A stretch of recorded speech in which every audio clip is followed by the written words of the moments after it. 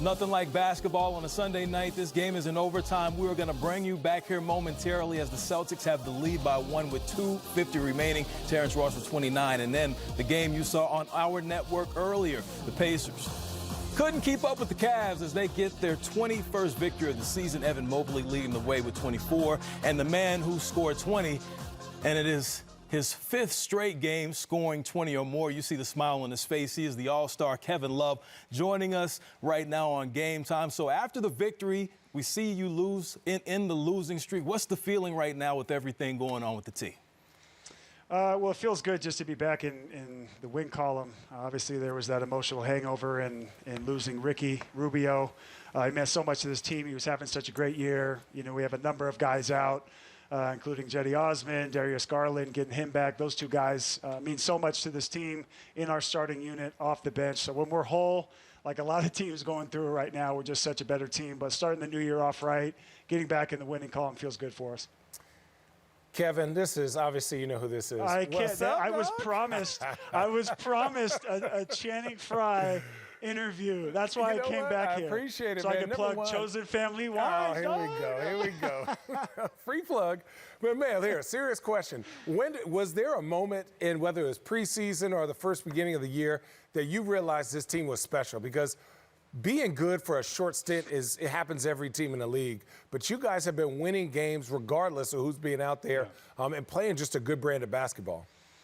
I think, I mean, to your point, Channing, we give ourselves a chance to win and put ourselves in every single game, no matter who we're playing, because we play extremely hard every single night and we defend. And, you know, when we do that, you know, we're looking really good out there on the floor, especially when we go against the grain of where the NBA is right now and playing some small ball style of basketball, but we're playing big with essentially 3 7-footers out there, Isaac Okoro and Darius Garland. And then we're coming off the bench, which, you know, we had Ricky Rubio, but we have Jetty Osman, myself, Lamar Stevens, so on and so forth, guys that are stepping in and playing big moments and minutes for us.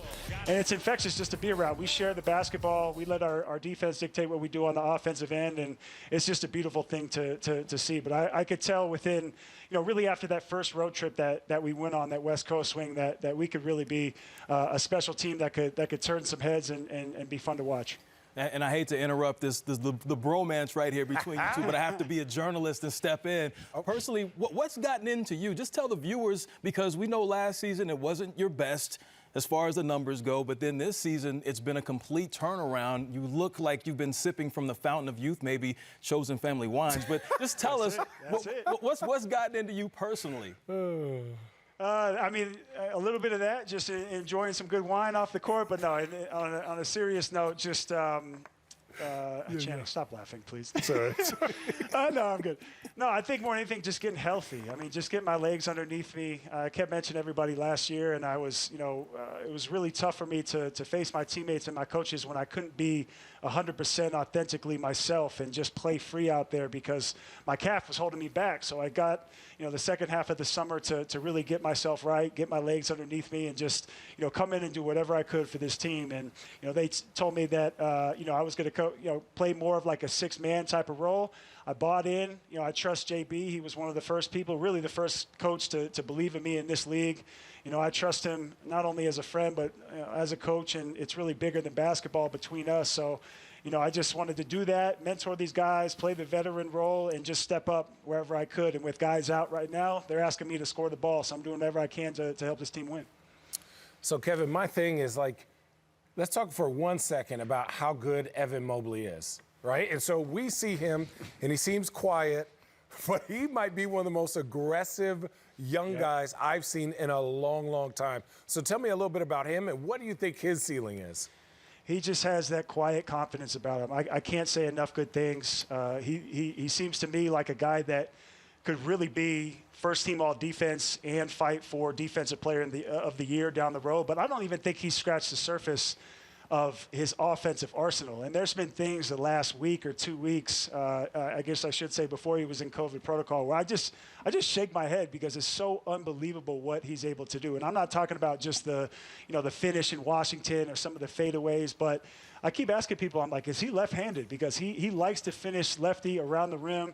You know, there's some, different moves that he does where I just end up shaking my head because at 7 feet tall, with that skill set, and yet at the same time, he's so raw offensively and hasn't even gone through the entire league. We're not even halfway through the season, but he's going to be a special, special player. I've talked to guys like, Steph and KD, those type of guys about him, and we can all see it. Those guys that have really been to the top, they can all see it, that he has all the tools to be a special player, but he has that quiet confidence about him.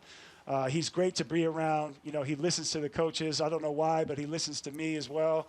And, we're getting him just on the right track, but he has an unbelievable head on his shoulders. He comes to work every single day, and he's a guy already, he just turned 20 years old. I mean, he's somebody that we already trust out there and is going to be special for a very, very long time in this league. Evan Mobley, a special player. Kevin Love, a special player. 2 20-point games last season. So far this season, you already got 5 and shooting a career high from three-point range. Hey, thanks for joining us. Good luck the rest of the way. And Channing blows you a kiss goodbye. No. Oh, Jesus. Appreciate it, guys. Thanks, Kevin. Good luck the rest of the way. Thanks, Kevin. They ended a 3-game losing streak. We would not lie to you, so we're going to send you back to Beantown. We're still in overtime. Boston by 2. Who'd they call the foul on?